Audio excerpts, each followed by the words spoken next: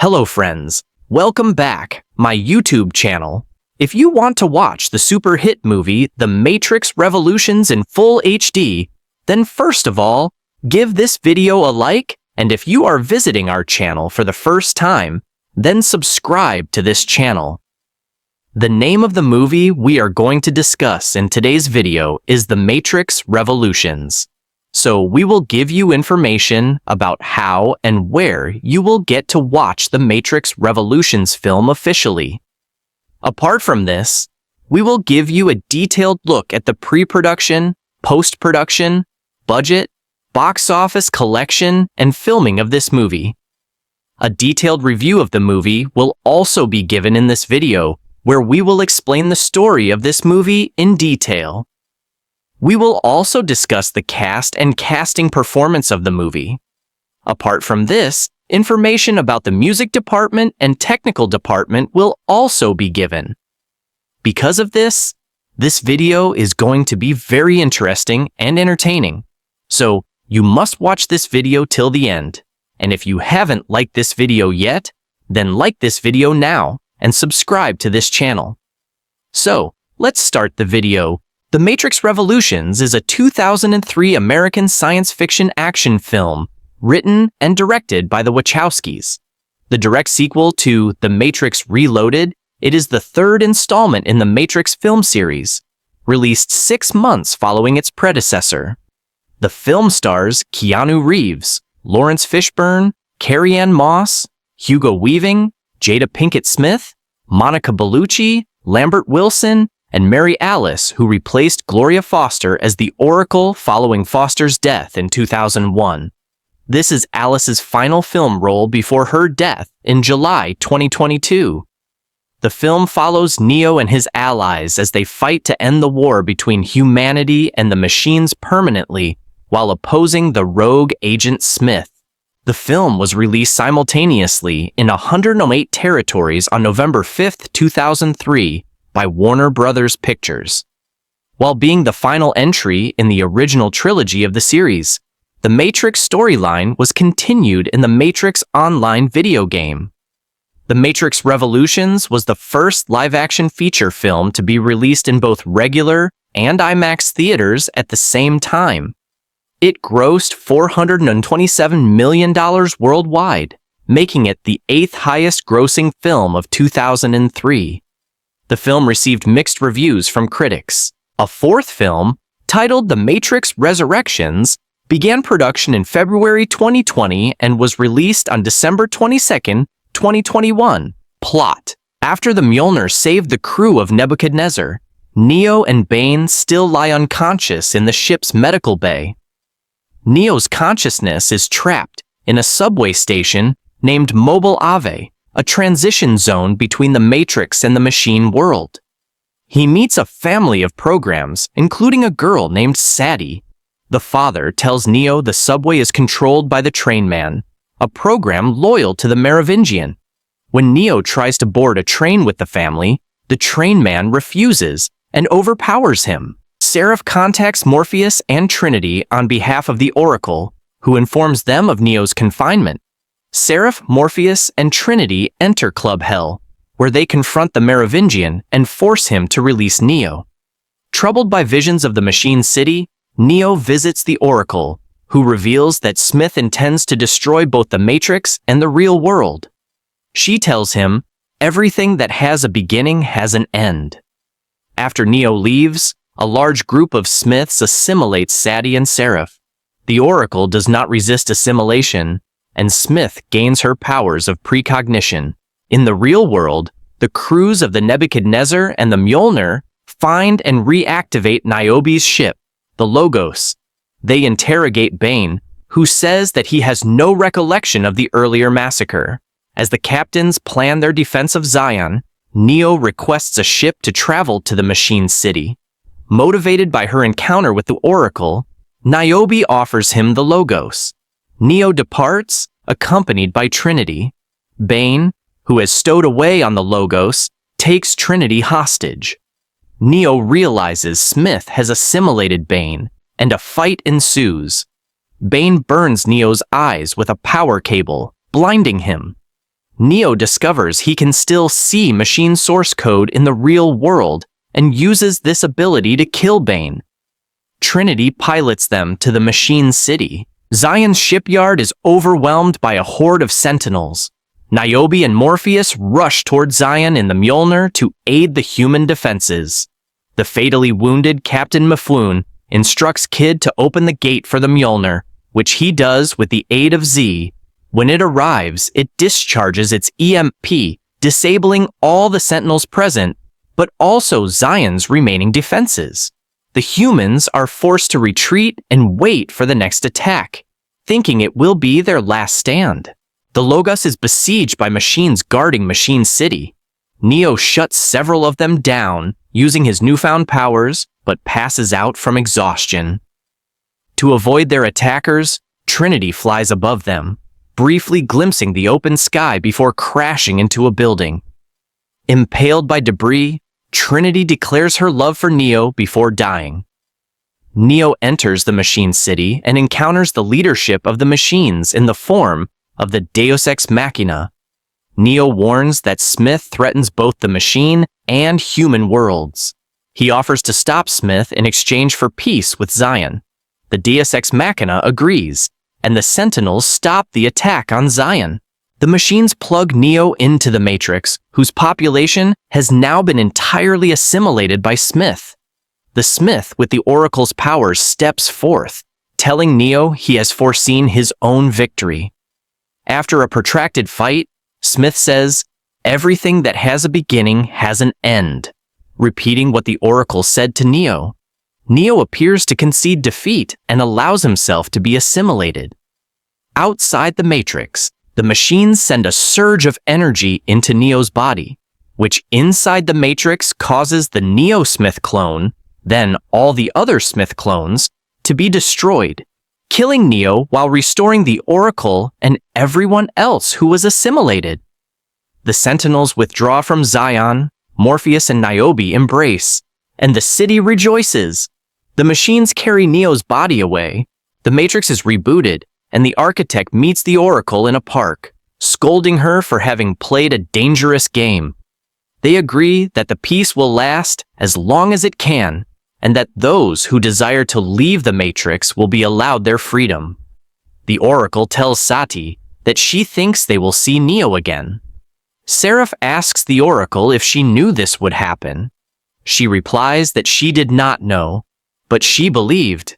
Caste, Keanu Reeves as Neo, Laurence Fishburne as Morpheus, Carrie-Anne Moss as Trinity, Hugo Weaving as Smith, Jada Pinkett Smith as Niobe, Monica Bellucci as Persephone, Lambert Wilson as the Merovingian, Mary Alice as the Oracle, Helmut Bacadis as the Architect, Harold Perrineau as Link, Tanvir K. Atwal as Sati, Bernard White as Ramachandra, Colin Cho as Seraph, Nona Gay as Z, Gina Torres as Cast Z was originally played by Aaliyah, who died in a plane crash on August 25, 2001, before filming was complete, requiring her scenes to be reshot with Nona Gay. Jet Li was offered the role of Seraph, but turned it down as he did not want his martial arts moves digitally recorded. Production: the film's budget was estimated between $110 million and $150 million. Filming occurred concurrently with its predecessor, The Matrix Reloaded, and live-action sequences for the video game Enter the Matrix. This took place primarily at Fox Studios in Sydney, Australia. Most notably, the subway scenes were filmed at the disused tunnels of St. James Railway Station, and the end sequence with the Oracle and the Architect was filmed in the Royal Botanic Garden. Carrie-Anne Moss injured her ankle during the shooting in Australia. Soundtrack. Main article: The Matrix Revolutions, music from the motion picture. In contrast to its predecessors, very few source tracks are used in the film. Aside from Don Davis's score, again collaborating with Juno Reactor, only one external track, by Pale 3, is used. Although Davis rarely focuses on strong melodies, familiar leitmotifs from earlier in the series reappear. For example, Neo and Trinity's love theme, which briefly surfaces in the two preceding films, is finally fully expanded into Trinity Definitely. The theme from the Zion docks in Reloaded returns as Men in Metal, and the energetic drumming from the Reloaded tea house fight between Neo and Seraph opens Tetsujin as Seraph, Trinity, and Morpheus fight off Club Hell's three doormen. The climactic battle theme, named Neo-Dämmerung, in reference to Wagner's Götterdämmerung, features a choir singing extracts, shlokas, from the Pavamana mantra, introduced in the Upanishads. The chorus can be roughly translated from Sanskrit as follows: "Lead us from untruth to truth, lead us from darkness to light, lead us from death to immortality, peace, peace, peace." The extracts were brought to Davis by the Wachowskis when he informed them that it would be wasteful for such a large choir to be singing simple oohs and ahs. According to the DVD commentary, Davis felt that the dramatic impact of the piece would be lost if the choir was to sing "This is the one, see what he can do" in plain English. These extracts return in the film's denouement, and in Navras, the track that plays over the closing credits, which may be considered a loose remix of Neo-Dämmerung. Release: The Matrix Revolutions was released in theaters roughly 3 weeks after The Matrix Reloaded arrived on DVD on October 14, 2003.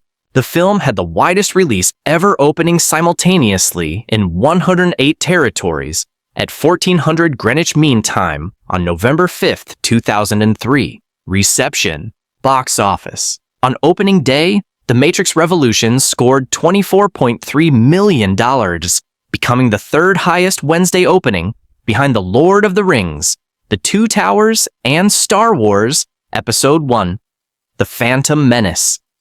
During its 3-day opening weekend, it earned $48.5 million. In its first 5 days of release, the film grossed $83.8 million in the United States and Canada from 3,502 theaters, but dropped 66% during the second week. For 3 years, it had the highest 5-day Wednesday opening for any Warner Brothers film until it was taken by Superman Returns in 2006. The film even competed against the newly released family films Brother Bear and Elf.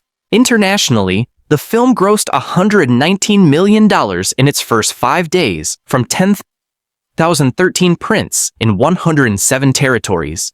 With the third biggest opening ever in Japan and Spain, and the fourth biggest in the United Kingdom, Italy, and Mexico combined, it grossed $203 million in its first 5 days. This made it the highest worldwide opening weekend for any film, holding the record until it was beaten by The Lord of the Rings, The Return of the King, a month later.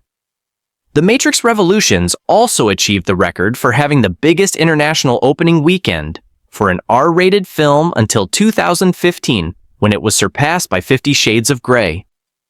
The film grossed over $139 million in North America and approximately $427 million worldwide, roughly half of the Matrix Reloaded box office total, and was the 8th highest grossing film of 2003. Home media. The Matrix Revolutions was released on DVD and VHS on April 6, 2004. The film grossed $116 million in DVD sales. Additionally, it was released on 4K Ultra HD Blu-ray on October 30, 2018. Critical response. Further information. List of accolades received by the Matrix film series on review aggregation website Rotten Tomatoes. The Matrix Revolutions holds an approval rating of 33% based on 215 reviews and an average rating of 5.30/10. The site's critical consensus reads, "A disappointing conclusion to the Matrix trilogy as characters and ideas take a back seat to the special effects." On Metacritic, the film has a weighted average score of 47 out of 100 based on 41 reviews, indicating mixed or average reviews. Audiences polled by CinemaScore gave the film an average grade of B on an A+ to F scale, a grade down from the B+ earned by the previous film, and 2 grades down from the A earned by the first film. therefore the second lowest grade earned by a film in the series. Some critics criticized the film for being anticlimactic. Additionally, some critics regard the film as less philosophically ambiguous than its predecessor, The Matrix Reloaded. Critics had difficulty finding closure pertaining to events from The Matrix Reloaded and were generally dissatisfied. Roger Ebert of the Chicago Sun-Times gave the film 3 stars out of 4, despite offering criticisms of his own, on the grounds that it at least provided closure to the story well enough so that fans following the series would prefer seeing it as to no sequel. Main article: The Matrix Resurrections. While making the Matrix films, the Wachowskis told their close collaborators that at that time, they had no intention of making another installment after The Matrix Revolutions. Instead, they gave their blessing to the notion of gamers inheriting the storyline, and The Matrix online video game was billed as the official continuation. In February 2015, in interviews promoting Jupiter Ascending, Lily Wachowski called a return to The Matrix a particularly repelling idea in these times, noting the studio's tendency to greenlight sequels, reboots, and adaptations over original material, while Lana Wachowski, addressing rumors about a potential reboot, said that they had not heard anything, but she believed that the studio might be looking to replace them. At various times, Keanu Reeves and Hugo Weaving have stated that they would be willing to reprise their roles in potential Matrix films, but only if the Wachowskis were involved. In March 2017, The Hollywood Reporter wrote that Warner Bros. Was in early stages of developing a relaunch of the franchise, with Zach Penn in talks to write a treatment and interest in getting Michael B. Jordan attached to star. According to the article, neither the Wachowskis nor Joel Silver were involved at that stage, although the studio would like to get at minimum the blessing of the Wachowskis. Warner Bros. Officially announced the development on a 4th film in August 2019, with Lana Wachowski serving as director and producer on it. Lana wrote the screenplay with David Mitchell and Alexander Heeman. Grant Hill produced it alongside Lana. The production is a joint venture between Warner Bros. Pictures and Village Roadshow Pictures, similar to the original films. Keanu Reeves and Carrie-Anne Moss reprised their roles from the previous films. Laurence Fishburne and Hugo Weaving do not appear in the film. Production began in February 2020 in San Francisco, briefly halted due to the COVID-19 pandemic, and wrapped in November of that same year. The film, The Matrix Resurrections, had its world premiere in Toronto, Canada on December 16, 2021, and was released in theaters and on HBO Max on December 22, 2021. My admiration for The Matrix Revolutions is limited only by the awkward fact that I don't much give a damn what happens to any of the characters. If I cared more about Neo, Morpheus, Niobe, and the others, there'd be more fire in my heart. But my regard is more for the technical triumph of the movie, less for the emotions it evokes. Neo is no more intended to have deep psychological realism than Indiana Jones. But the thing is, I liked Indy and hoped he got out in one piece. While my concern about Neo has been jerked around by so many layers of whether he's real or not, and whether he's really doing what he seems to be doing, that finally I measure my concern for him not in affection, but more like the score in a video game. Consider, too, the apocalyptic battle scene of the movie, as the vast, mechanical, all-too-symbolic screw of the machines penetrates the dome of Zion and unleashes the Sentinels, nasty, whip-lashing octopi. The humans fight back by climbing into fearsome, robotic fighting machines, so their muscles control more powerful muscles made of steel and cybernetics. Each of their surrogate arms ends in a mighty machine gun that sprays limitless streams of ammo at the enemy. It's all well done in a technical way. The computer-generated special effects are awesome. But I'm thinking, A, the machines use machines, so shouldn't the humans be fighting back in a more human manner? And then, B, but it's silly of me to think in this way. because neither the humans or machines are really there, and what we're seeing are avatars in a computer program. Who wins the battle wins the world, but the world is not what we see. What we see is a projection of the cyber reality of the Matrix, or is it? See, that's where I get confused. Do humans have a separate physical reality, and did they really construct Zion, that city buried deep within the earth? And is it really there, made of molecules and elements? Because if they do, and if they did, then why don't the machines just nuke them? Why all the slithering mechanical octopi? And why, in a society that is unimaginably advanced over our own, are machine guns still used anyway? So it would seem that the battle is a virtual battle, not a real one, and that impression is reinforced by the way the laws of physics seem to be on hold. As Niobe and Morpheus race to the rescue in their speeding ship, for example, it bounces off the walls and sheds so many vital parts that if it were a real ship, it would have crashed. I am sure my information is flawed. No doubt I will get countless emails explaining or demonstrating my ignorance in tiresome detail. But the thing is, a movie should not depend on the answers to questions like this for its effect. The first Matrix was the best because it really did toy with the conflict between illusion and reality, between the world we think we inhabit and its underlying nature. The problem of Matrix Reloaded and Matrix Revolutions is that they are action pictures that are forced to exist in a world that undercuts the reality of the action.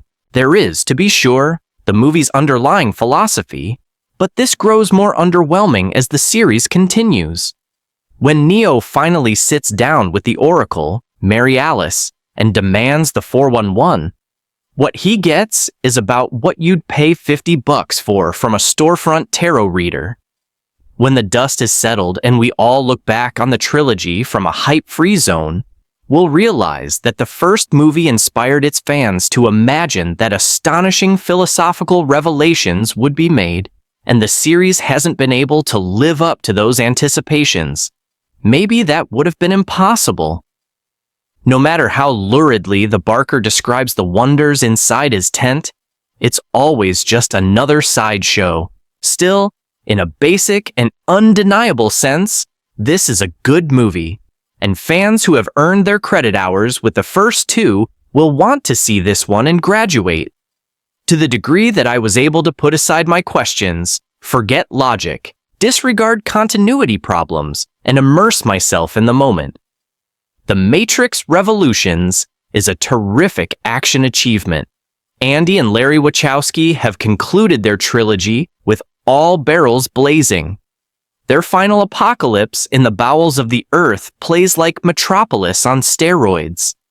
There are sights here to stir the sense of wonder, and a marriage between live action and special effects that is about as good as these things get in the movies. It's a rich irony that the story is about humans occupying a world generated by computers, and the movie consists of actors occupying a world also created by computers. Neo may or may not exist in a universe created by computers, but Keanu Reeves certainly does. Note, The Matrix Reloaded was notable for the number of key characters who are black. This time, what we notice is how many strong women there are. 2 women operate a bazooka team, Niobe flies the ship, the women have muscles, they kick ass, and this isn't your grandmother's second sex anymore. By the time The Matrix Revolutions arrived in theaters in November 2003, 6 months had passed since its predecessor, The Matrix Reloaded, received rampant negative word of mouth. The first sequel to 1999's The Matrix made $278 million in domestic receipts, and even more worldwide. But the general impression among audiences was dismissal and disappointment, if not outrage. A miasma floated over the final sequel going in, and as a result, this $150 million production earned back just $138 million in domestic receipts. And though its $427 million international haul ensured a hefty profit return on Warner Bros.' investment, the message was clear. Audiences felt let down. Upon revisiting the film today, several individual sequences stand out as inspired action or well-composed visually, but the chaotic and overly complicated storytelling present in The Matrix Reloaded leads to a film that rushes toward a conclusion, both anticlimactic and unsatisfactory. Although delivered through the Wachowski siblings' expert technical execution, The Matrix Revolutions never lives up to its potential legacy. The consensus among audiences and critics was that the series had begun as something new and original for blockbuster moviegoers. But beginning with Reloaded, and even more so in Revolutions, the series ended as something predictable, overlong, and even hackneyed. In the New York Times, A.O. Scott observed, "There is very little that is tantalizing or suspenseful. The feeling of revelation is gone, and many of the teasing implications of Reloaded have been abandoned." Other critics remarked about the film's excessive special effects and its attention on action over the thoughtful ideas of its predecessors. Carla Meyer wrote in the San Francisco Chronicle that the sequel was deadened by computerized excess, and that it's as if the Wachowskis caught the George Lucas virus and decided that if it could be done with CGI, then by golly, it should be. While it would be difficult to argue against such remarks, the sting of disappointment isn't so sharp upon reflection.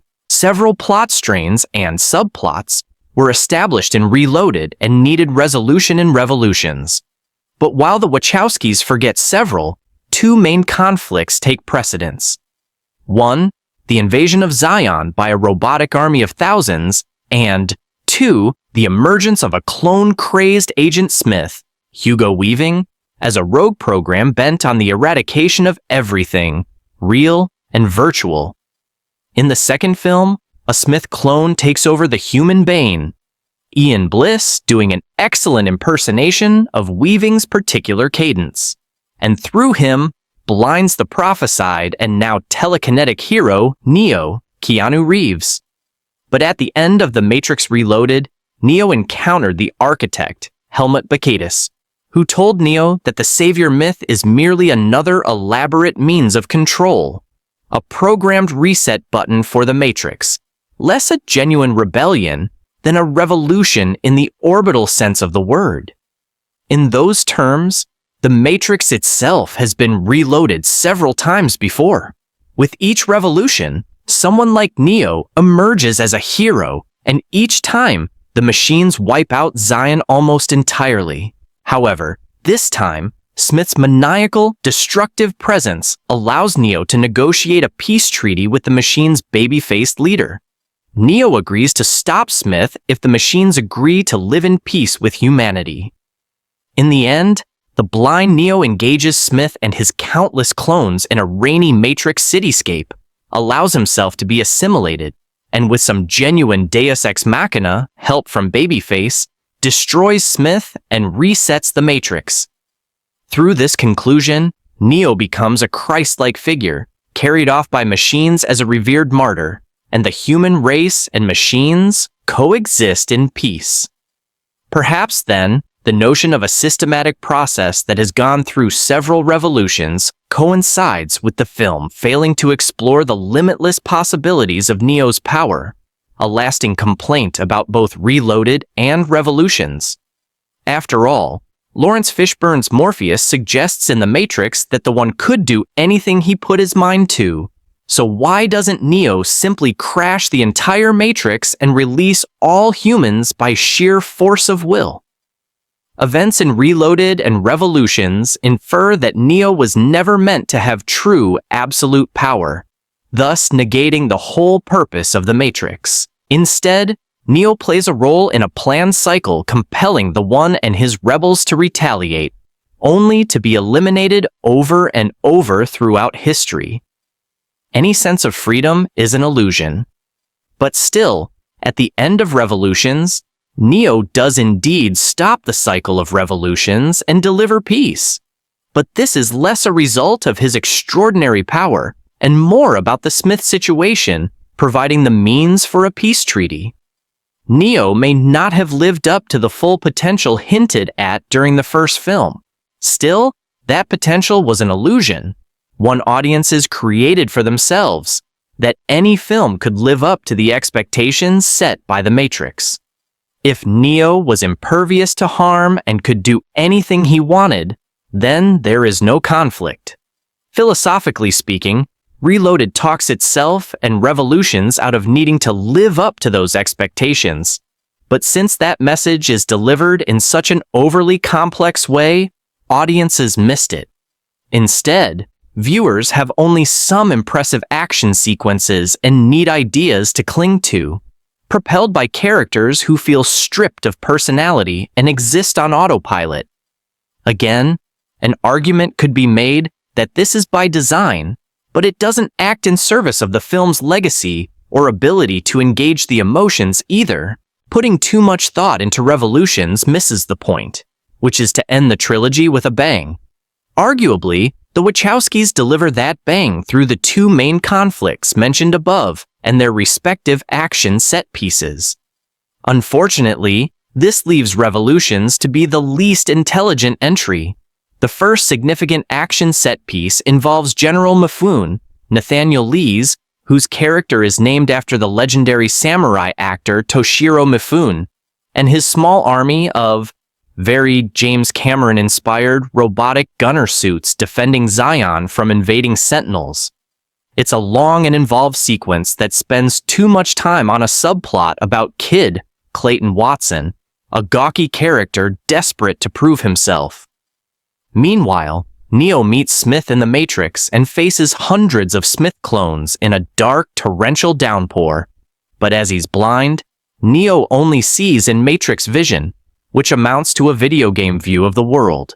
In concept, the sequence may have sounded neat, and it's exciting stuff on a purely visceral level, but these are empty battles devoid of meaningful connections to the participating characters.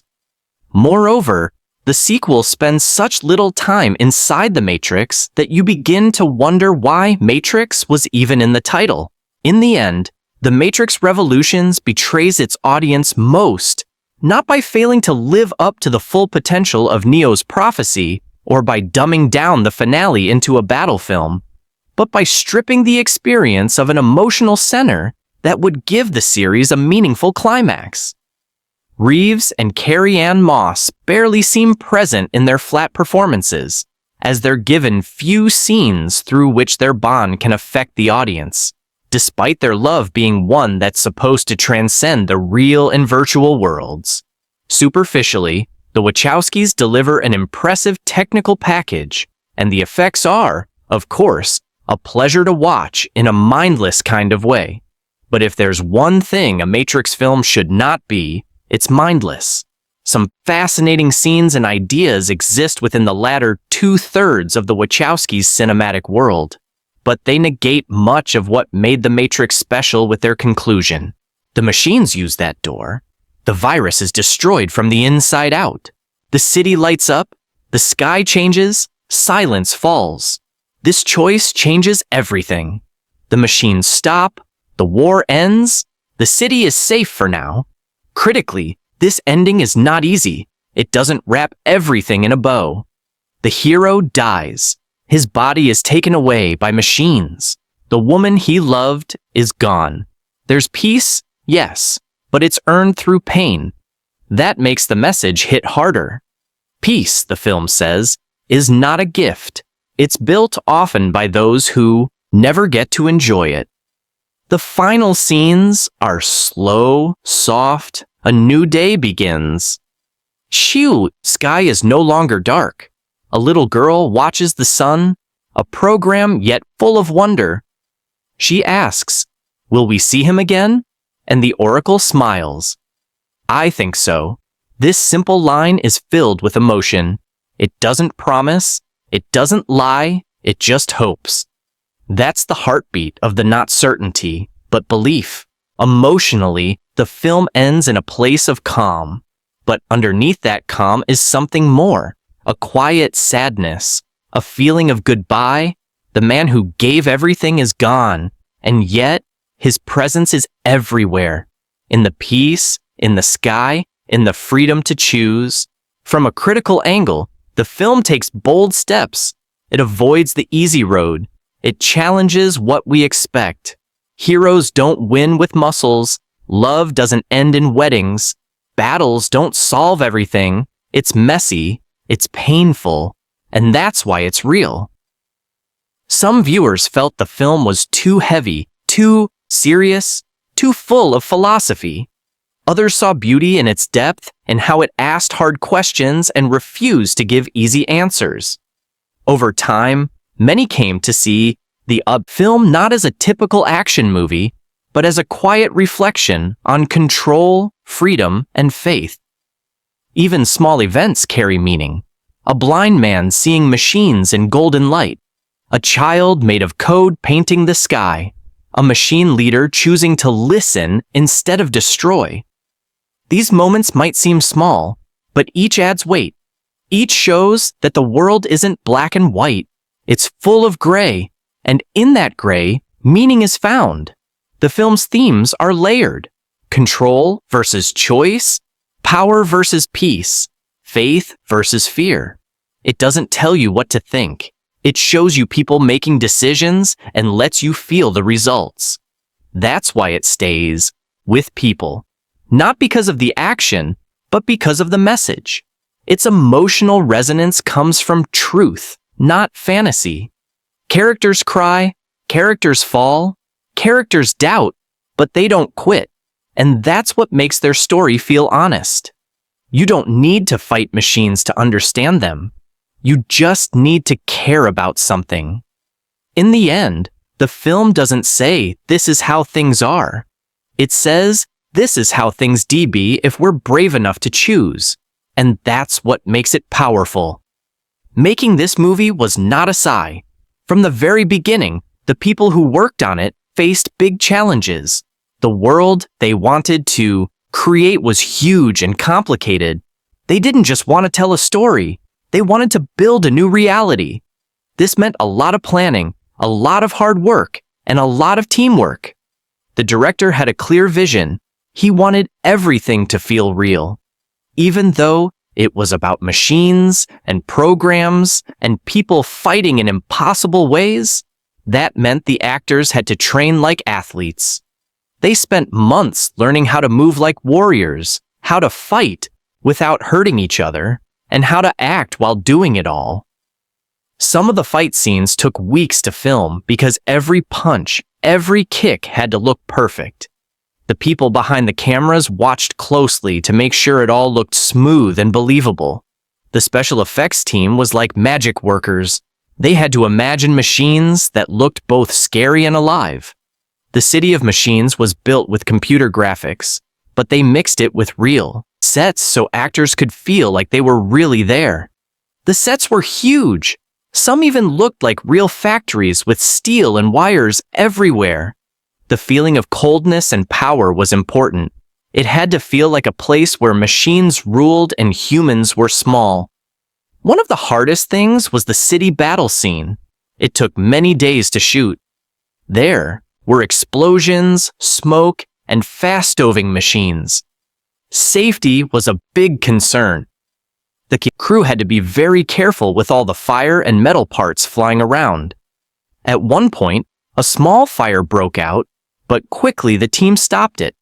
Everyone worked together like a family, making sure no one got hurt and the scene looked just right.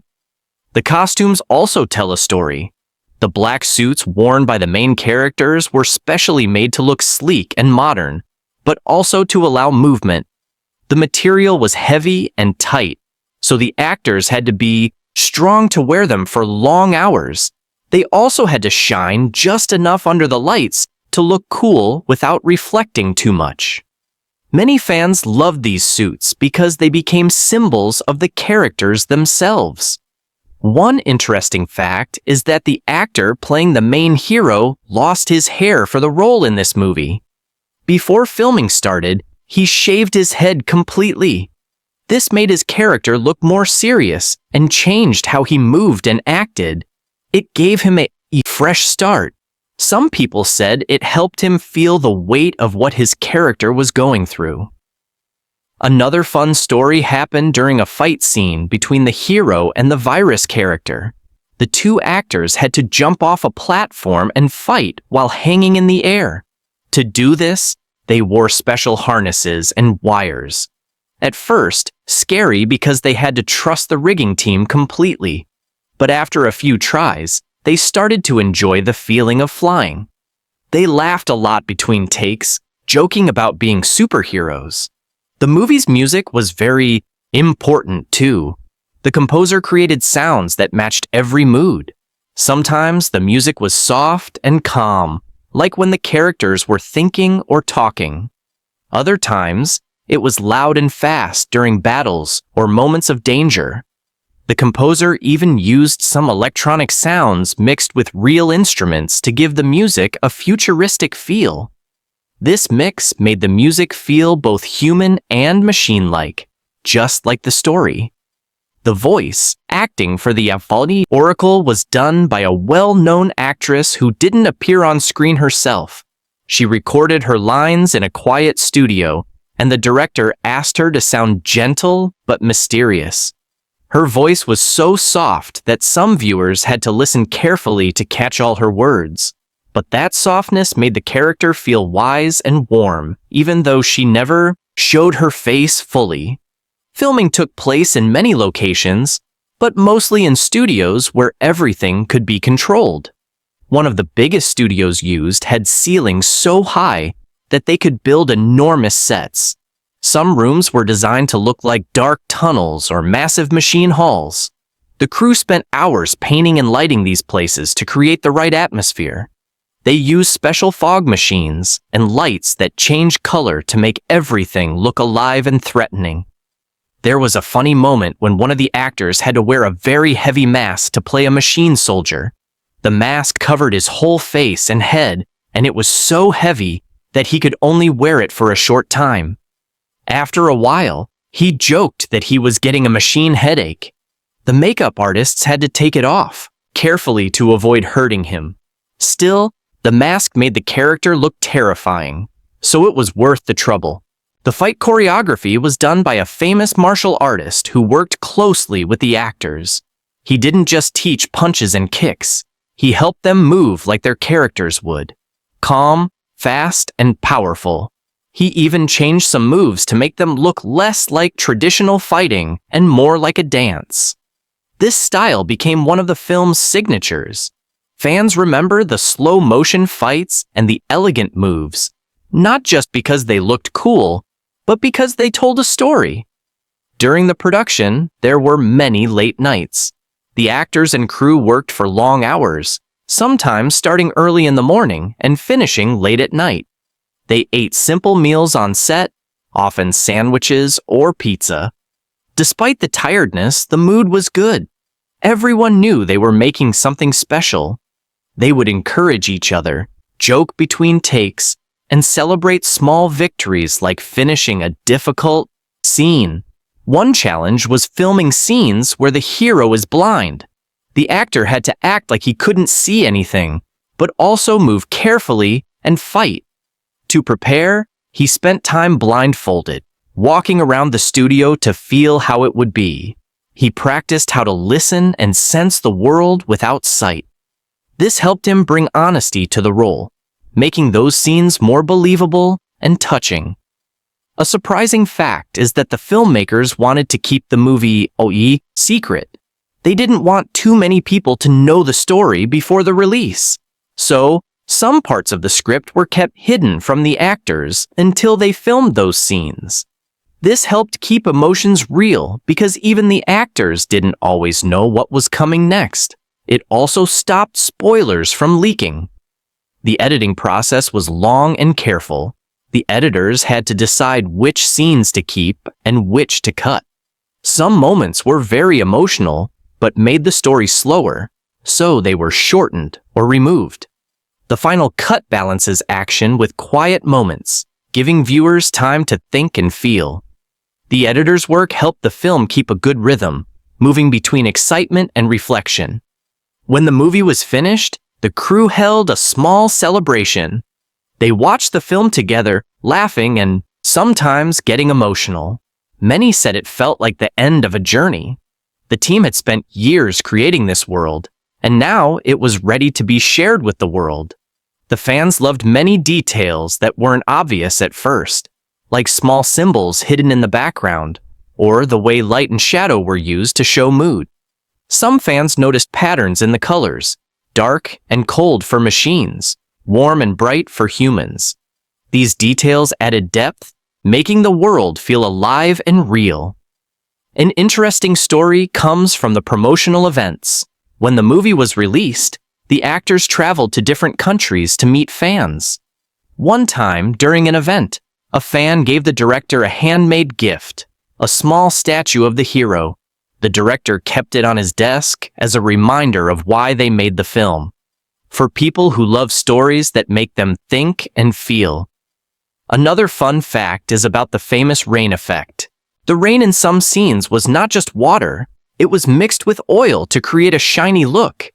This made the machines and city feel wet and alive. The rain was hard to work with because it made everything slippery and actors had to be careful not to fall, but the effect was stunning on screen. The visual effects team also used new technology. They developed custom programs to create the machine's movements. Instead of making them move like humans, they programmed them to move like machines. Stiff but fast, precise but unpredictable. This gave the creatures a unique style that made viewers both fascinated and afraid. Sometimes the machines would glitch during filming. Computers froze or crashed. This slowed down production, but also reminded the crew of the story they were telling about imperfect technology and the unexpected problems it can cause. In a way, the production itself became a reflection of the movie's themes. The casting choices were thoughtful too. The director wanted actors who could bring both physical skill and emotional depth. The casting team looked for people who could express complex feelings through small gestures and eyes. They believed that the characters were more than just fighters. They were thinkers, feelers, and dreamers. Before filming, the cast did team-building exercises.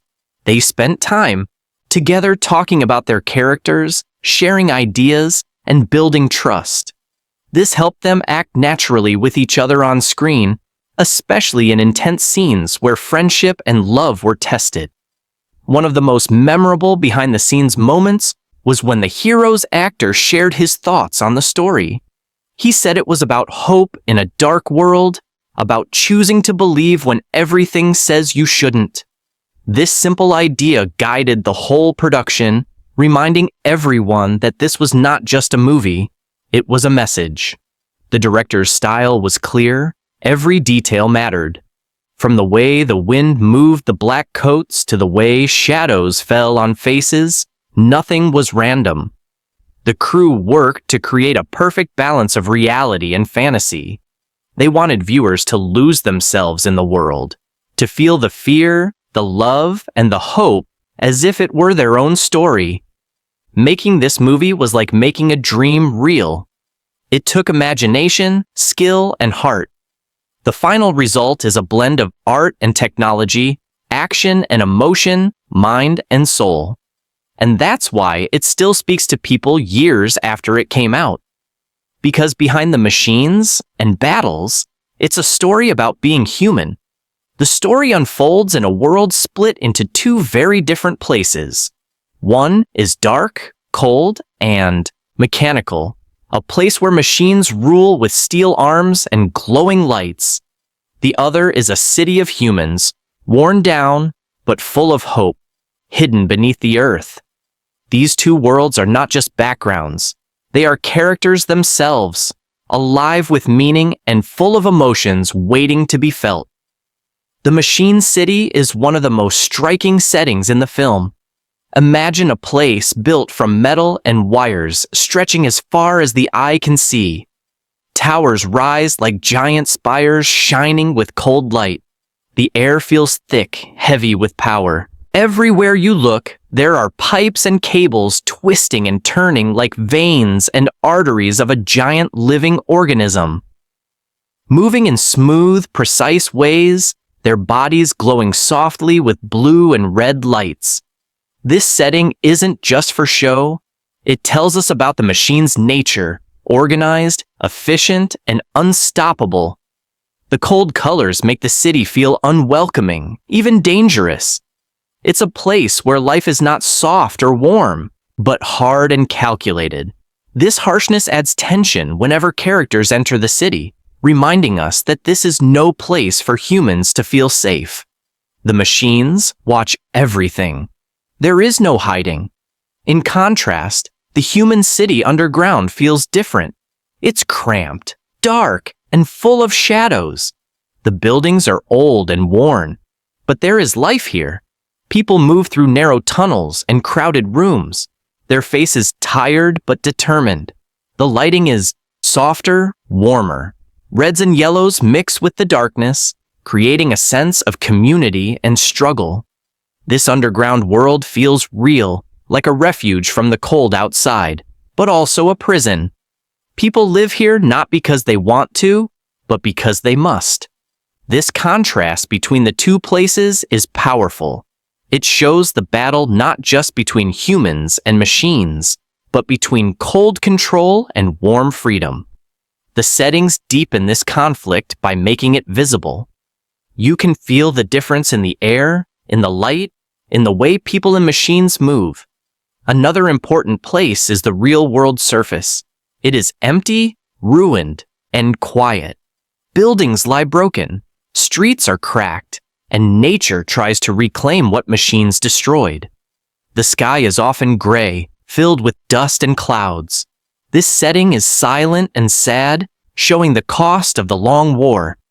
It reminds the audience that victory will not come easily, and that the world, once bright, has been darkened. The filmmakers used many techniques to bring these settings to life. The use of color is one of the strongest tools. Cold blues, grays, and metallic silvers dominate the machine world, while warm reds, browns, and golds color the human city. This difference is not accidental.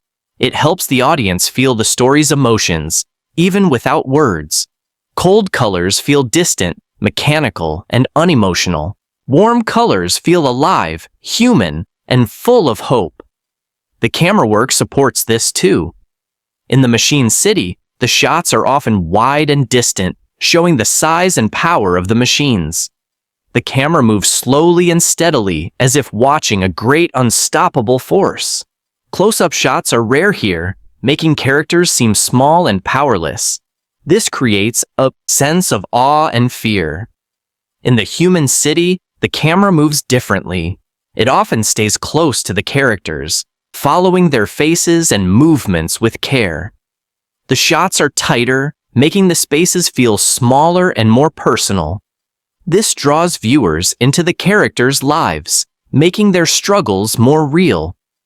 The camera sometimes shakes during action scenes underground, giving a feeling of chaos and danger.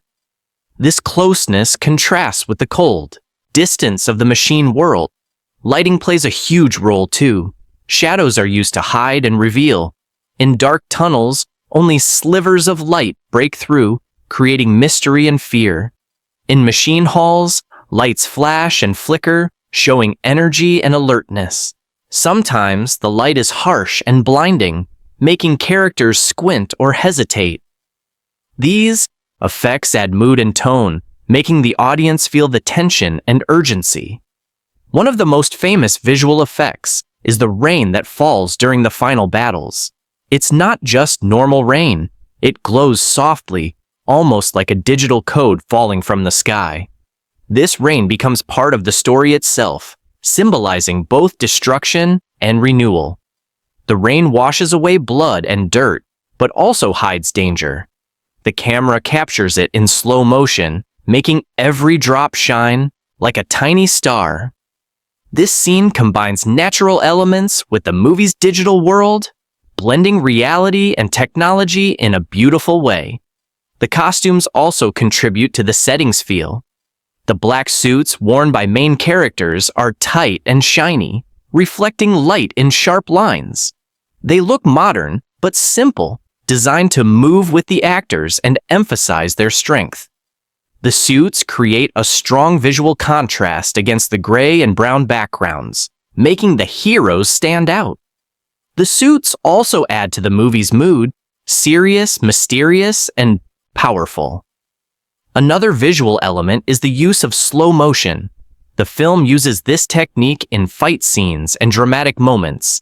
It allows the audience to see every detail, the flick of a finger, the expression on a face, the movement of clothes in the wind. Slow motion adds weight to actions, making them feel more important.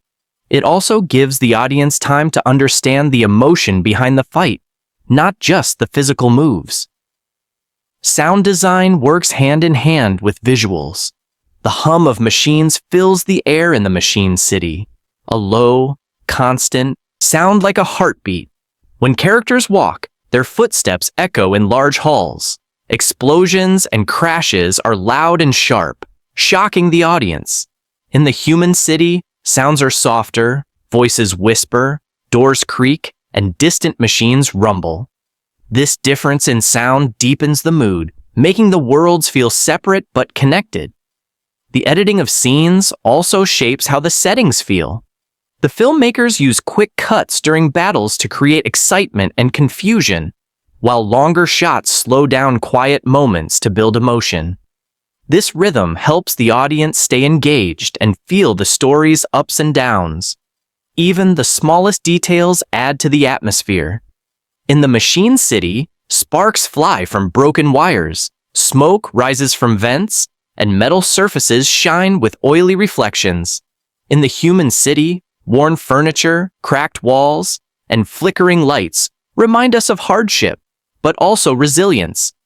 These tiny touches make the world believable and full of life. The way the characters move through these settings also tells a story. In The Machine City, humans walk carefully, sometimes hiding, always alert. Their steps are measured, showing respect and fear of the machines. Machines move smoothly and quickly like they own the place. This difference creates tension in every scene they share. In the underground city, people move with urgency but also caution. They hurry through narrow corridors, helping each other, fighting off exhaustion. The camera often follows characters. Meaningful. Sometimes the movie cuts from bright light to darkness or from stillness to movement. These changes reflect shifts in the story and mood.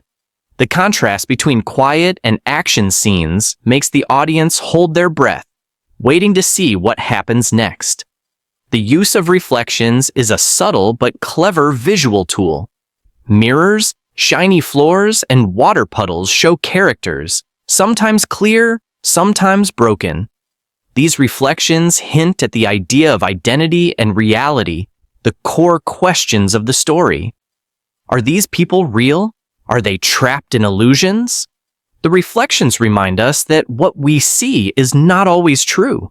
The weather in the film also plays a role. The cold rain, the dust storms on the surface, the heavy clouds all add to the feeling of a world and struggle. The weather feels like a character itself, shaping how people move and feel. Storms signal danger, rain suggests cleansing, and calm skies promise peace. Color grading was carefully chosen to support the story. The machine world uses cool tones, blues, grays, and greens that feel artificial. The human world uses warmer tones, browns, reds, and yellows that feel natural. This coloring tells us who belongs where and what they stand for. It also guides our emotions, making us feel cold fear or warm hope, depending on the scene. Sometimes the film uses darkness to hide details. Shadows swallow parts of the frame, creating mystery. We don't always see what's coming, just like the characters don't. This technique keeps tension high, making viewers alert and curious. The way the film shows technology is unique. It's not shiny and clean like in many science fiction movies. Instead, it's rough, heavy, and sometimes broken. Wires hang loose, screens flicker, and machines groan. This look makes the world feel lived in and believable, not just a fantasy. Even the dialogue is shaped by the setting. In the Machine City, conversations are short, clipped, and formal, showing logic and control. In the Human City, words are slower, more emotional, filled with hope and fear. This difference adds layers to characters and their worlds. The music and sound effects also reflect the setting. Electronic sounds mix with orchestral music, blending machine and human. This fusion creates an atmosphere that is both futuristic and emotional. The music swells during battles and softens during quiet moments, guiding the audience's feelings. The film uses depth of field in its shots, sometimes focusing sharply on a character's face while the background blurs. This draws attention to emotions and thoughts, making viewers feel close to the characters. At other times, everything is in focus, showing the full environment and scale. The editing rhythm changes with the setting too. Fast cuts in machine spaces create a sense of urgency and control. Slower acing in human spaces allows for reflection and connection. This careful balance keeps the audience engaged and emotionally connected. One scene shows the hero walking through a tunnel filled with wires and blinking lights. The camera follows closely, showing every step and every detail. This slow, deliberate movement builds suspense and focuses on the character's determination. The setting here feels like a maze, symbolizing the character's inner struggle. In another scene, the film shows a quiet room where two characters talk about the future. The room is simple, but filled with soft light and warm colors. This peaceful setting contrasts sharply with the chaos outside, highlighting the theme of hope and renewal. Making this movie was like going on a long, exciting adventure full of surprises and hard work. From the moment the camera started rolling, the cast and crew knew they were part of something special. But that didn't mean everything was easy. There were many moments when things didn't go as planned, when everyone had to be creative and patient. One of the most talked about moments happened early during the fight training. The actors who played the heroes and villains had to learn complex fight moves, some of them very different from anything they had done before. Their fight coach was strict but kind, pushing them to practice long hours every day. At first, the actors struggled. They tripped over each other, missed their marks, and sometimes laughed so hard that they couldn't keep serious faces during the fight scenes. On one day, during a particularly difficult fight sequence, one of the actors accidentally slipped and fell. Instead of getting upset, the whole crew burst into laughter. That moment broke the tension and helped everyone relax. The director even decided to keep that take in the final film because it felt natural and showed the character's humanity. It became a favorite behind-the-scenes story, reminding everyone that even in a serious story, laughter and mistakes have a place. The actors also bonded in many ways outside the filming. Between takes, they would share meals, tell stories, and play games. One of the stars was known for bringing homemade snacks for the entire crew. These small acts built a family-like feeling on set. It wasn't just a group of people working together. They became friends, supporting each other through long days. The director encouraged this warm atmosphere. He believed that when the actors felt safe and connected, their performances would be more honest and powerful. He often gathered the cast before filming important scenes, asking them to talk about their characters, feelings, and motivations. This helped the actors understand their roles better and brought depth to their acting. Filming took place mostly in studios where the crew built giant sets to represent the machine city and the human underground. These sets were huge and complex, made with metal, wood, and many layers of paint and lights. Building them was a big challenge. The art department worked for months before filming started, creating every detail carefully. One day, a sudden rainstorm outside caused trouble. Water leaked into one of the large sets, making the floor slippery and dangerous. The crew had to stop filming immediately. They worked all night to dry the set and fix damages. The next day, everyone came early to help clean up. This moment showed the dedication of the team. No matter what, they kept going. Some scenes required special effects that were difficult to do on set. For example, the glowing rain in the final battle wasn't real rain. It was made using tiny lights and computer graphics combined with real water sprayed carefully so actors could move safely. At first, the actors found it strange to pretend the rain was glowing, but after a few takes, they started to believe in the magic of the moment. The crew made sure the lights matched the computer effects, creating a seamless look on screen. The makeup artists had a tough job, too. They created looks that made humans appear worn and tired, while machines looked cold and harsh. Some actors had to sit in the makeup chair for hours before shooting. One of the most complicated looks was for a character who had half of their face mechanical. Applying this took patience and skill. The makeup artist joked that they had become a face mechanic during filming. The costumes caused challenges as well. The black suits were tight and heavy, making it hard for actors to move freely during long fight scenes. One actor said that by the end of a long day, they felt like they had run a marathon just from wearing the suit. The costume department worked closely with the stunt team to modify the suits so the actors could perform their moves safely. On the topic of stunts, many scenes involved dangerous moves. The actors had to trust stunt coordinators completely. One memorable stunt involved jumping from a high platform onto a moving vehicle.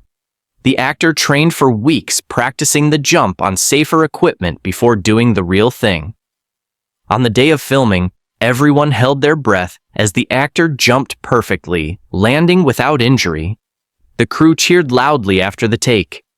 Filming under these conditions wasn't easy, especially when working in tight spaces like tunnels and underground corridors.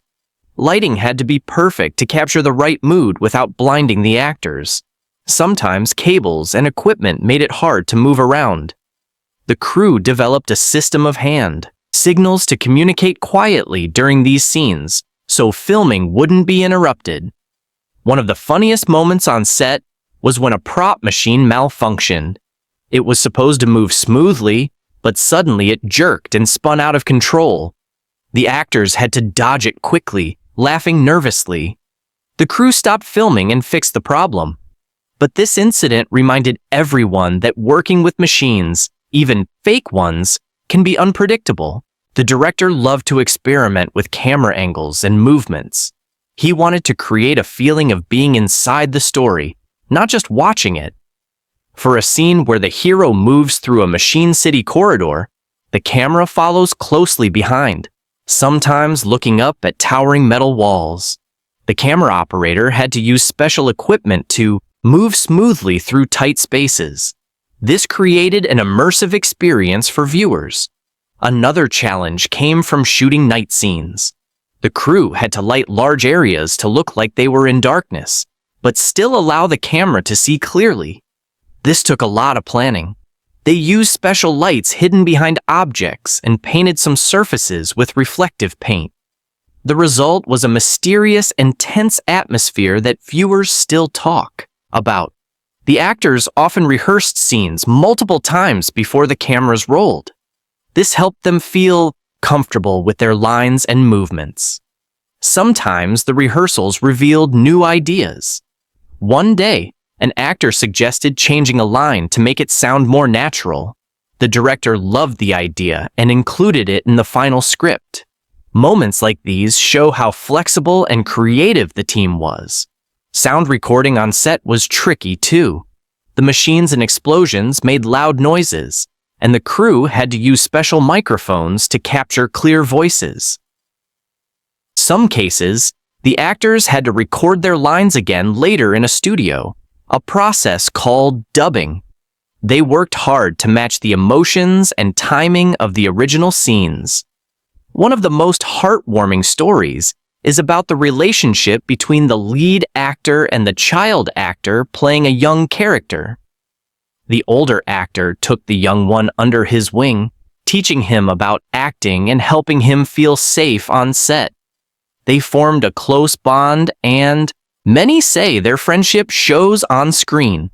The young actor later said that this experience inspired him to keep acting.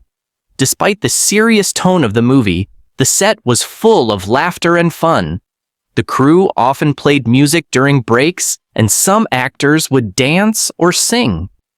One actor was known for his silly impressions, making everyone laugh, even on stressful days.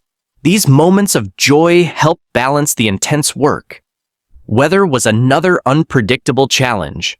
Some outdoor scenes were planned for sunny days, but rain or strong wind force changes.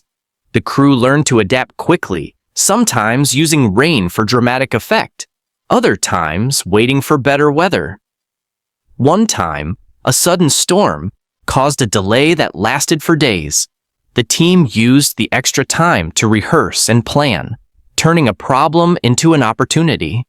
The editing room was another place full of surprises. The editors worked closely with the director to choose the best takes and arrange scenes for maximum impact. Sometimes they had to cut beautiful shots that slowed down the story. These decisions were not easy, but necessary to keep the film moving. The final product shows their skill in balancing action and emotion. Visual effects artists also worked tirelessly. They added explosions, glowing lights, and digital machines after filming. This process took months. Sometimes the team had to fix mistakes or improve scenes based on feedback from the director. They used the latest technology to create effects that looked real but amazing, making the world believable and exciting. One interesting fact is that the production used practical effects combined with computer graphics. For example, some explosions were real with controlled fire and smoke, while others were created digitally. This mix made the action feel more grounded and thrilling. The sound team added layers of noise to create the world's atmosphere. The hum of machines, the distant echoes in tunnels, the quiet whispers of characters, all were carefully crafted. Sometimes they recorded real sounds and modified them to fit the futuristic setting. Actors sometimes had to act with objects or creatures that weren't there during filming. The crew used green screens and props that would be replaced with digital effects later. It required a lot of imagination and trust in the process. The actors say it was like playing a game, pretending to fight invisible enemies or talk to holograms. The teamwork on set was incredible. Everyone from camera, operators and costume designers to lighting technicians and food servers played an important role. The director often said that making the movie was like conducting an orchestra. When every part worked together, the result was beautiful music.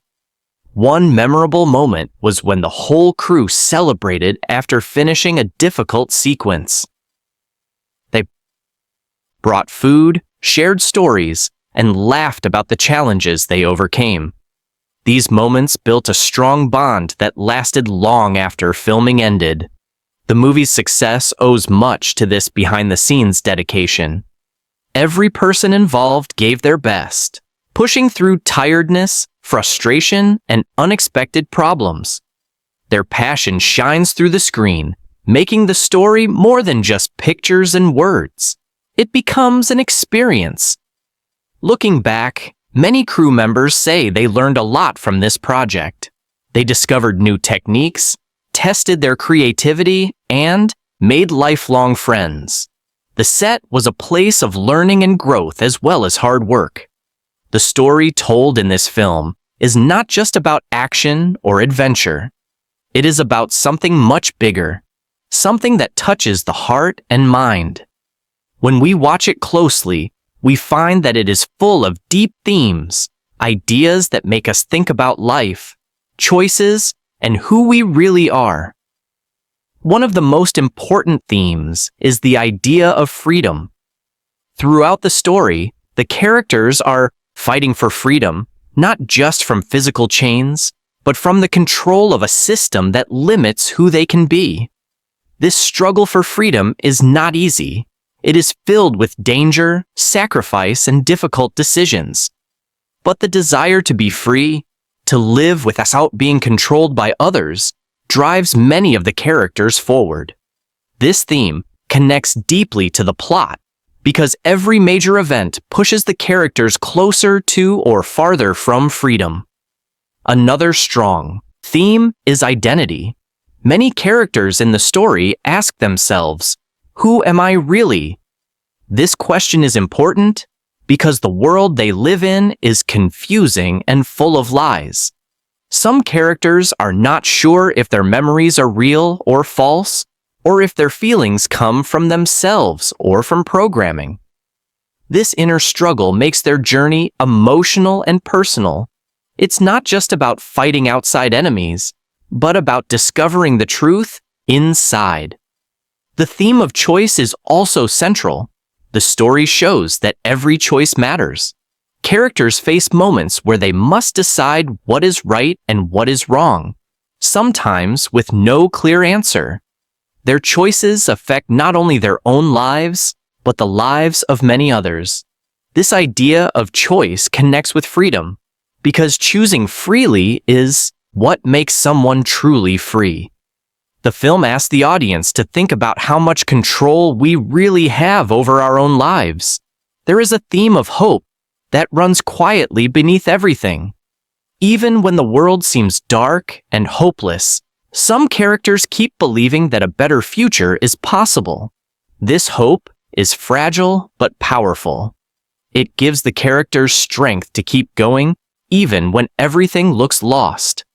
The theme of hope adds emotional depth to the story and makes the audience feel connected to the characters. On the other hand, the film also explores sacrifice. Many characters give up something important, whether it is safety, love, or even their own lives to protect others or to fight for what they believe in. Sacrifice is shown not as a weakness, but as a form of courage and love. This theme is woven through the plot, especially in the most intense and emotional scenes. Symbolism is used beautifully throughout the story to deepen these themes and add layers of meaning. Symbols are objects, colors, or actions that stand for bigger ideas. They help the audience understand the story in a richer way. One powerful symbol is the color red. It appears many times, often as a sign of danger or passion. Red shows up in moments when characters make important choices or face threats. It reminds viewers that life is full of risks, but also full of energy and emotion. Sometimes red is a warning, sometimes a symbol of courage. Blue is another important color symbol in the film. It often represents calm, control, or the artificial world of the machines. When we see blue light or blue clothing, it feels cold and distant. This color helps set the mood and shows the contrast between the warmth of humans and the coldness of machines. The rain is a symbol that carries many meanings. It washes away dirt and blood, but also blurs vision, hiding what's beneath. It represents cleansing and renewal, but also confusion and sadness. In some scenes, rain falls softly, creating a peaceful feeling. In others, it is heavy and violent. The rain shows that change is happening, but it is never simple or easy. Mirrors and reflections appear several times and symbolize identity and truth. When a character sees their reflection, It often leads them to question who they really are. Sometimes the reflection is clear, and other times it is broken or distorted. This image makes the audience think about how people see themselves and how reality can be confusing. The idea of the chosen one is a theme and symbol that appears in the story. The main character is seen as someone special, meant to bring change or save others. This idea raises questions about destiny versus free will. Is the character really chosen, or do they choose their own path? The story uses this symbol to explore the power and burden of responsibility. Technology itself is a symbol. It stands for both human progress and danger. The machines represent control, surveillance, and loss of freedom, but also intelligence and order. This dual nature of technology makes the story relevant to real-life questions about how much control machines and systems should have in our lives. The underground city where the humans live is symbolic of resistance and survival. It is dark and hidden, but full of life and hope. It shows that even in the hardest conditions, people can come together and fight for their future. This place is a symbol of the human spirit, strong and unbroken. The use of light and darkness throughout the film carries symbolic meaning as well. Light often means truth, hope, and understanding, while darkness can mean ignorance, fear, or danger. Characters move between light and shadow, reflecting their own journeys of discovery and struggle. This play of light and darkness adds mood and meaning to many scenes. The theme of connection is important too. The story shows that no one can live truly alone. Characters need each other for support, love, and understanding. Their relationships symbolize hope and unity in a world divided by conflict. Moments when characters reach out to each other or sacrifice for one another highlight this theme. Another symbol used is the concept of the code, or the digital matrix itself. It represents the hidden rules that control the world. Characters who can understand or manipulate the code have special power, but they also face danger. The code is like the language of reality, reminding us that things are not always what they seem. The film also uses the idea of the path or journey as a symbol for life itself. Characters walk through tunnels, corridors, and open spaces representing the difficult and sometimes confusing path they must take. These journeys are full of obstacles, but also moments of clarity and growth. The interplay between human and machine is a theme that runs deeply through the story. It explores what makes us human, our emotions, memories, and choices, and how these differ from machines, which follow strict logic and programming. This theme raises philosophical questions about consciousness and identity, encouraging viewers to think about what truly defines life. Themes of control versus chaos also appear. The machines try to control everything to keep order through rules and force. Humans with their emotions and free will bring unpredictability and change. This clash creates tension and drives much of the story's conflict. Forgiveness but powerful themes. Some characters make mistakes or are trapped by their past actions, but they seek a chance to change and make things right. These moments add emotional weight to the story and show that even in a harsh world, kindness and growth are possible. The theme of destiny versus free will is woven throughout the plot and characters. Some feel they must follow a certain path, while others fight to choose their own way. This tension makes the story rich and complex, inviting viewers to think about their own lives and choices. Nature versus technology is symbolized through the ruined surface world and the machine's cold city.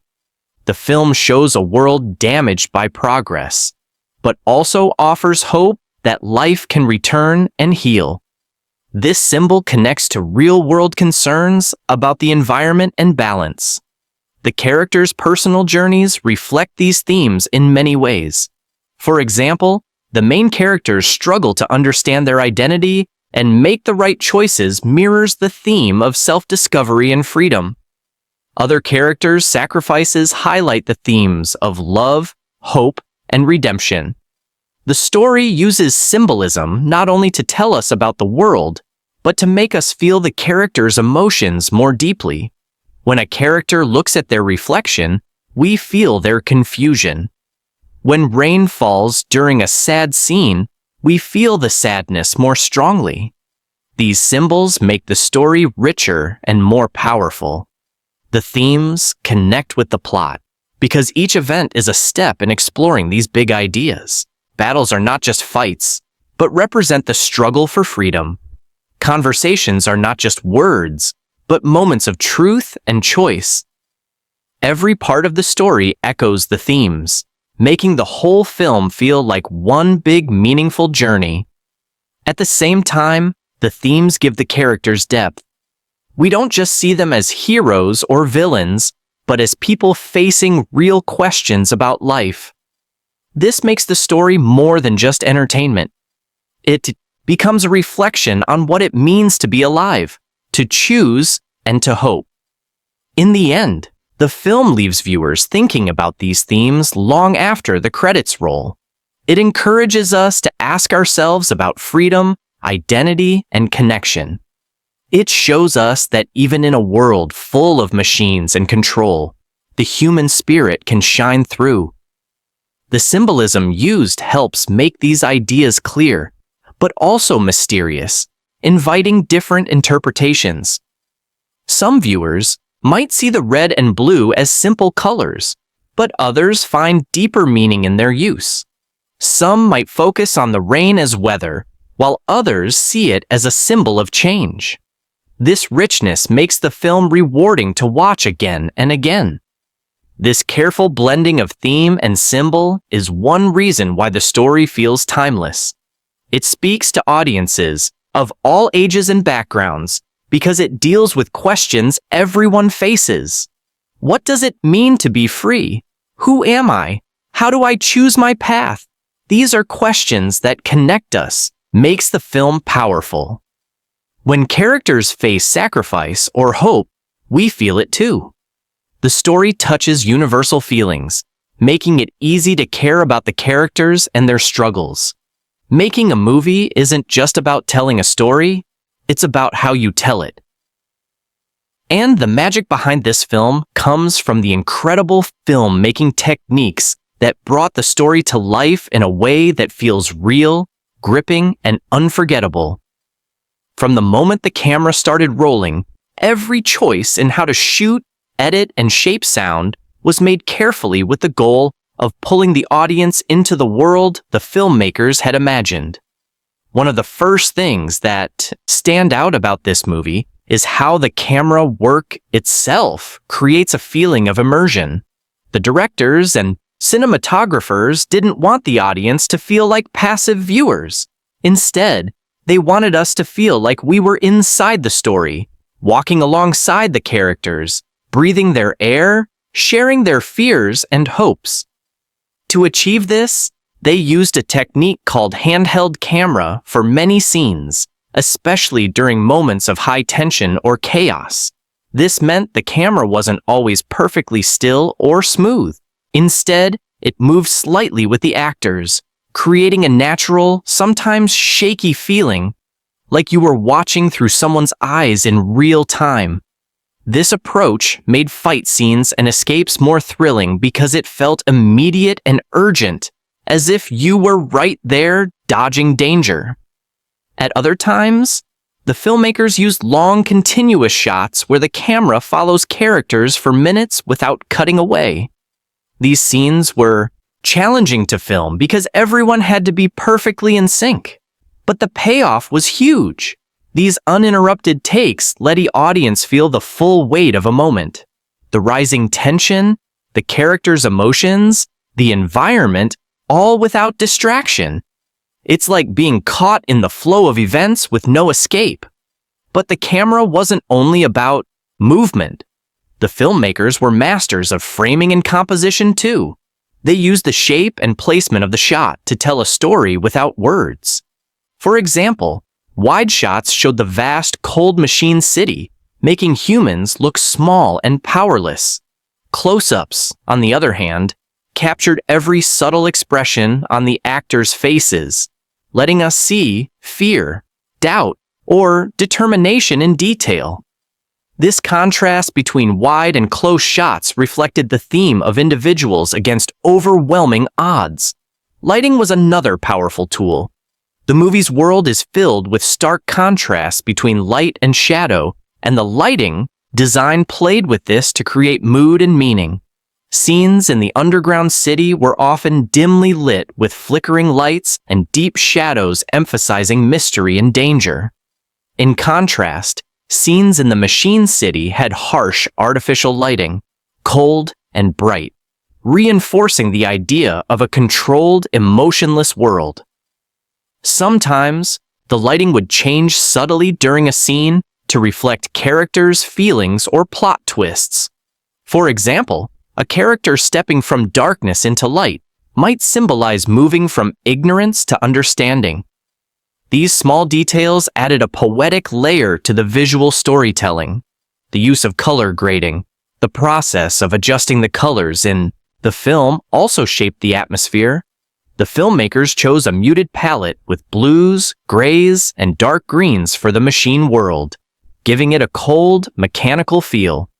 Warm colors like reds and oranges appeared mostly in the human environments, symbolizing life, passion, and resistance. This color contrast helped the audience immediately know where they were and what to expect emotionally. Sound design was equally essential in crafting the world of the film. It's easy to forget how much sound influences what we feel when watching a movie.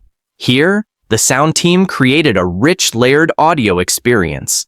From the low hum of machines and distant mechanical noises to the sharp, sudden sounds of gunfire and footsteps, every noise was carefully chosen.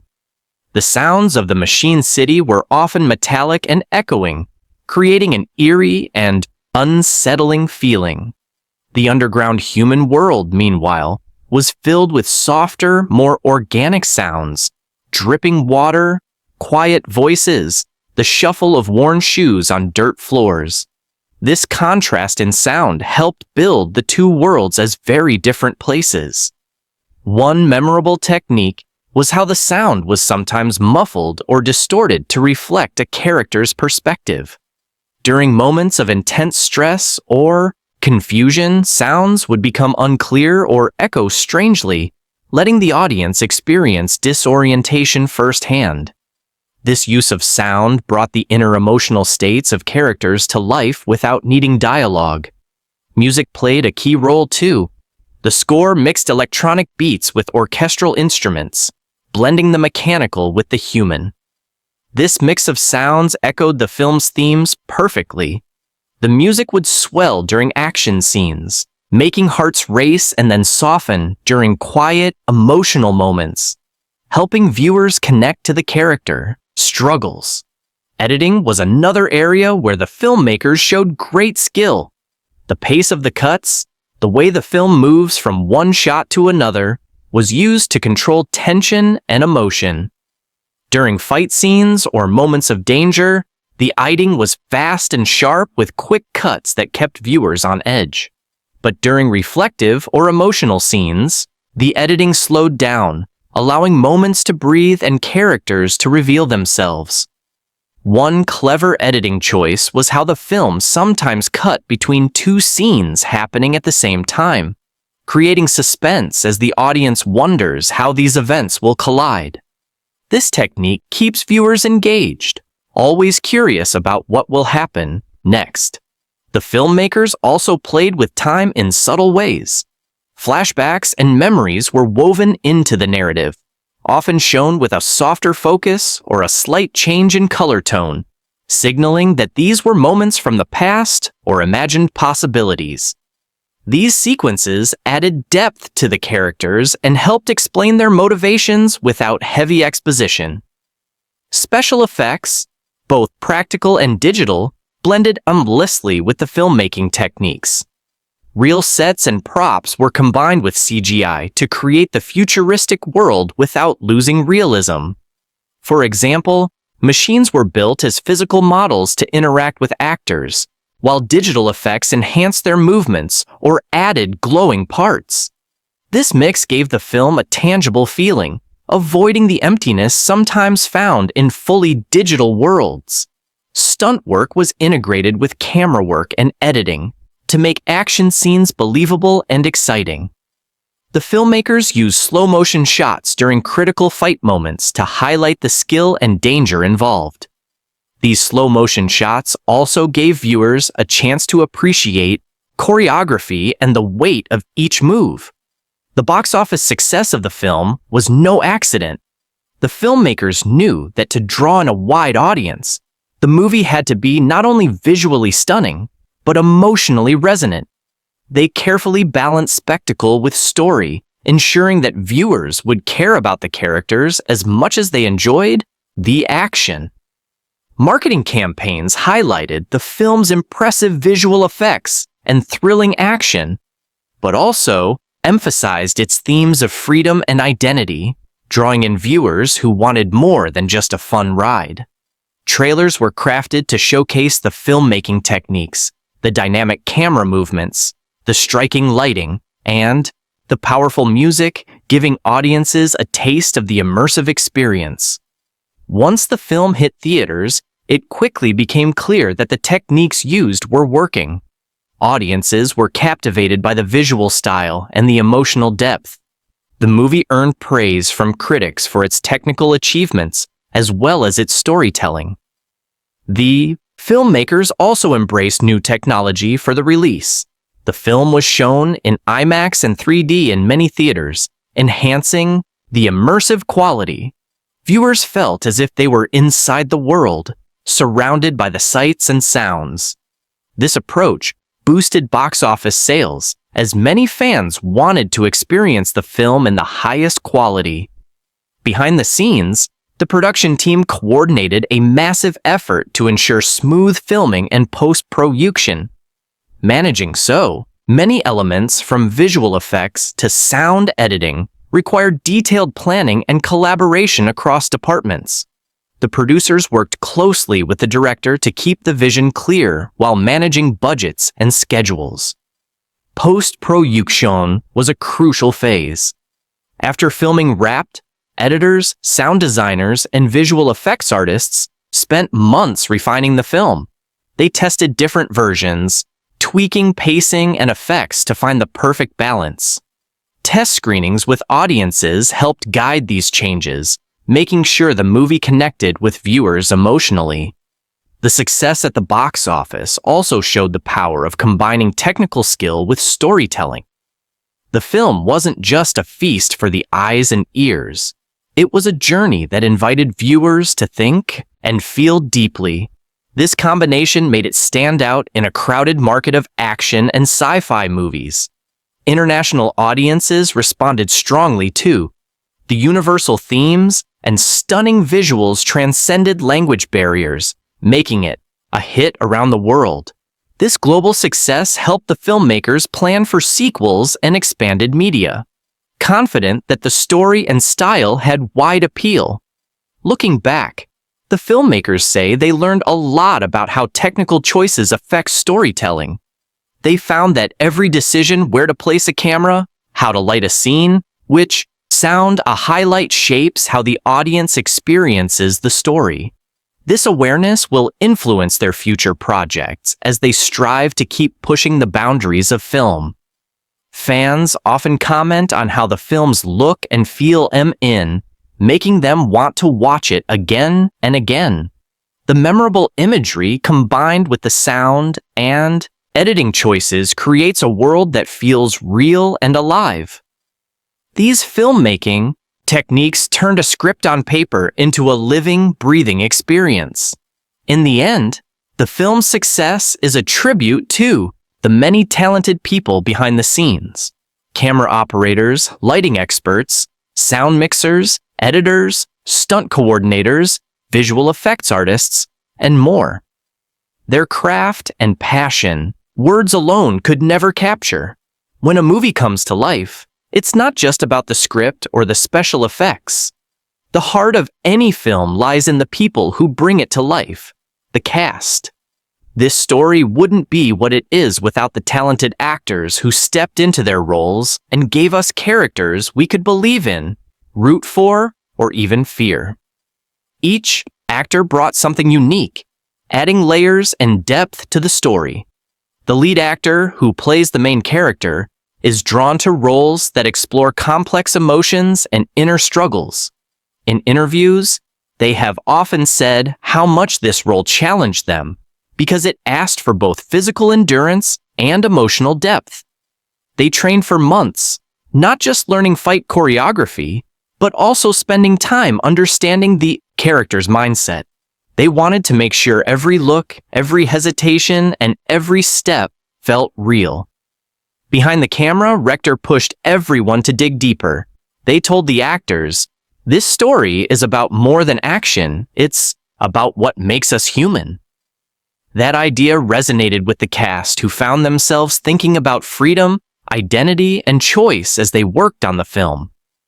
Several actors mentioned that the script made them reflect on their own lives, which helped them connect to their characters on a personal level.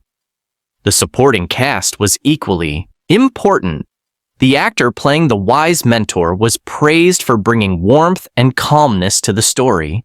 Their interviews reveal a thoughtful person who enjoyed the opportunity to portray someone who guides others through difficult times.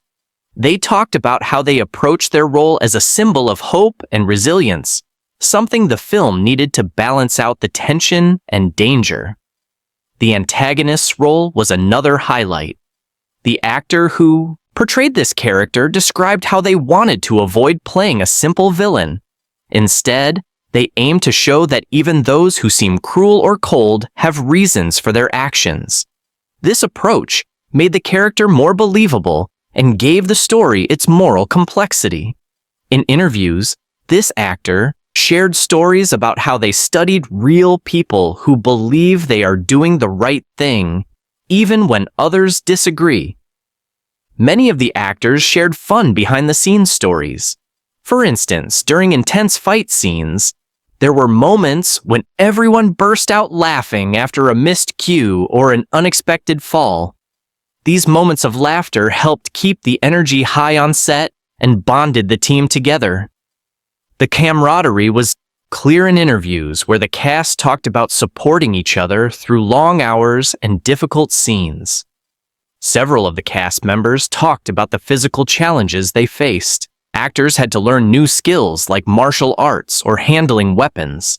They spoke about the dedication it took to train and the respect they developed for stunt performers who often risk their safety to make scenes look real. The chemistry between actors was often mentioned as a key to the film's success. Interviews show that many of the main cast members spent time together off-set to build trust and friendship. This genuine connection translated to the screen, making relationships between characters feel authentic and deep. Fans of the movie weren't just playing parts, characters, making the high stakes and emotional moments hit harder.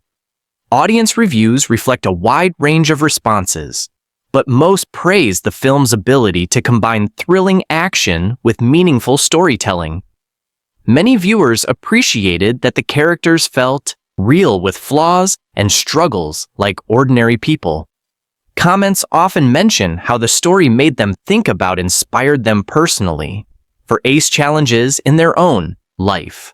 Others said the characters' journey of self-discovery made them reflect on their own identity and choices. Social media exploded with discussions about key scenes and twists. Fans created theories, debated the meaning of symbols, and shared favorite moments. This lively conversation helped the film stay in public attention long after its release. Critics' reviews were generally positive as well, often highlighting the performances and technical achievements. They praised the balance between spectacle and story, noting that the film didn't rely only on special effects, but also gave weight to its themes and characters. Some critiques focused on the pacing, mentioning that EW parts felt slow, but overall the consensus was that the film delivered an engaging and thought-provoking experience. This mix of praise and critique showed that the movie sparked discussion and left a lasting impression. Interviews with the director revealed their pride in how the cast rose to the challenge. They emphasized that film is a collaborative art and that the story's power comes from everyone's contributions: actors, writers, designers, and crew. The director also spoke about the challenge of adapting complex ideas into a visual format that audiences could enjoy and understand. They highlighted the importance of casting actors who could express emotion not just with words, but with subtle gestures and expressions. Behind the scenes, the cast and crew built a community. They often shared stories of late-night shoots, problem-solving unexpected technical issues, and these experiences created a strong team spirit that can be felt in the final product. Audience screenings before the official release were important for the filmmakers. They listened carefully to feedback and made adjustments to improve pacing and clarity. This responsiveness helped the film connect better with viewers. The positive reception from fans and critics alike showed the success of blending a talented cast, thoughtful direction, and a compelling story. The movie became more than entertainment. It became a shared experience, bringing people together to discuss important themes. The film's legacy continues through fan events, discussions, and even academic studies exploring its themes and impact. It has inspired other filmmakers to focus on meaningful stories within thrilling genres. Looking at the cast and their interviews, it's clear that everyone involved cared deeply about the story and its message. Their dedication shines through in performances that feel honest and moving, and the audience, with their thoughtful reviews and ongoing conversation, shows how powerful cinema can be when it speaks to universal truths while delivering excitement and wonder. Conclusion. As we come to the end of this journey through the film, it's amazing to think about all the layers that make it such a memorable experience. From the story itself, filled with deep themes of freedom, identity, and sacrifice, to the powerful performances by the cast, every element comes together to create something special. We've explored how the film Maki, like the way the camera moves, the lighting, sound, and editing, all work in harmony to pull us into this world. These choices don't just make the movie look and sound amazing. They make us feel the tension, the hope, and the struggles of the characters. Behind the scenes, the cast and crew worked tirelessly, overcoming challenges and building a community that made the story come alive. Their passion and teamwork are clear in every scene, making the film not just a story, but a shared creation. The audience's response shows how much the film resonates. People connect with the characters and themes, finding inspiration and meaning in the journey. It's a reminder of why we love OVs, not just for the spectacle, but for the emotions and ideas they bring to life. And some information about it. How do you like our today's video? Please let us know by commenting, and if you like this video, please like it, share it, and forget to subscribe to our channel. Thanks for watching.